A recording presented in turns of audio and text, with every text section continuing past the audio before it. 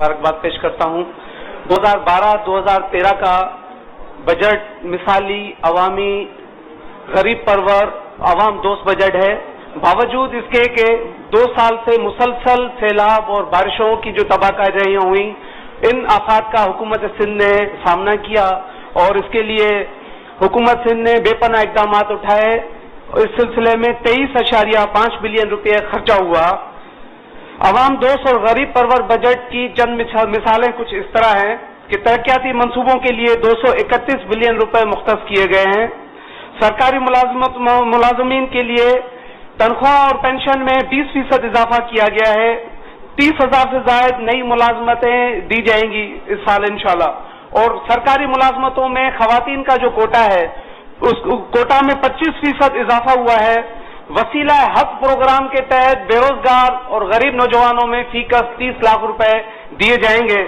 इसके अलावा Sindh technical education और वोकेशनल और सिंध बैंक की तरफ से गरीब और बेरोजगार नौजवानों के लिए छोटे कर्जों का इजरा के लिए 2 अरब रुपए इस बजट में रखे गए हैं।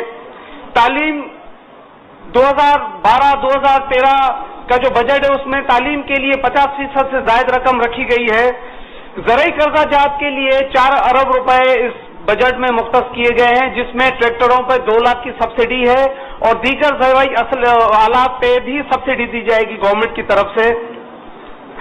इन तमाम मज़कूरा बड़ा अवामी सहूलियात की फराहमी से मैं समझता हूँ कि गुर्बत और महंगाई में जरूर कमी आएगी यकीनन इंशाल्लाह।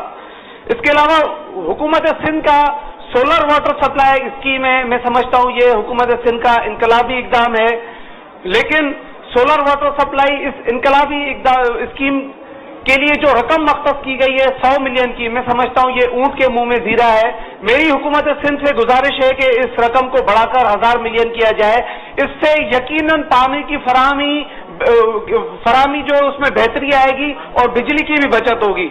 इसी तरह देहात में सोलर हम ट्यूबवेल्स को भी चला सकते हैं।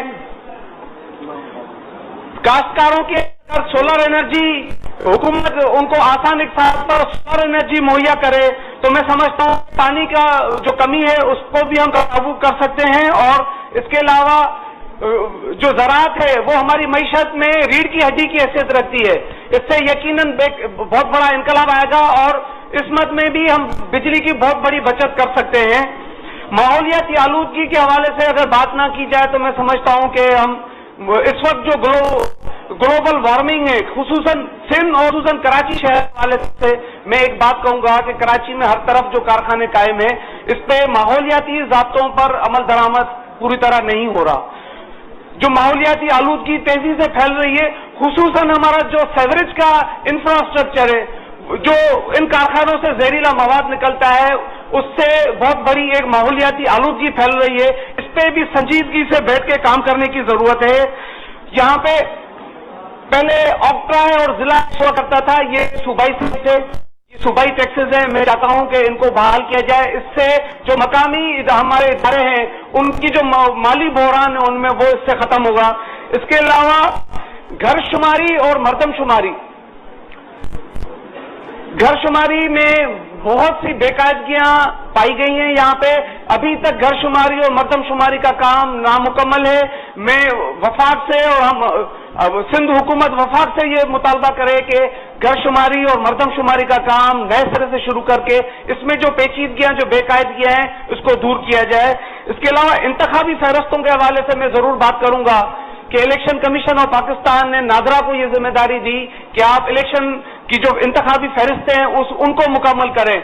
नादरा ने उनके पास जो शनाख्ती कार्ड का डेटा बेस है वो डेटा बेस को इस्तेमाल किया है। पाकिस्तान में तमाम सियासी जमातों ने 1,85,000 एतराजात इंतखाबी फहरिस्तों पे जमा कराए। 15 लाख वोटर्स वो शहरी हैं जिनके शनाख्ती कार्ड में जो मौजूद पता है उन पे उनके वोट ही खर्च नहीं किए गए। 9 लाख ऐसे लोग हैं इस पाकिस्तान के शहरी, इस सूबे के शहरी, इस शहर के शहरी जिनके वोट जो है वो सिंध के दीगर शहरों में खैबर पख्तूनख्वा, बलूचिस्तान और पंजाब में उनके वोट दर्ज किए गए। ये बड़ा सीरियस इशू है।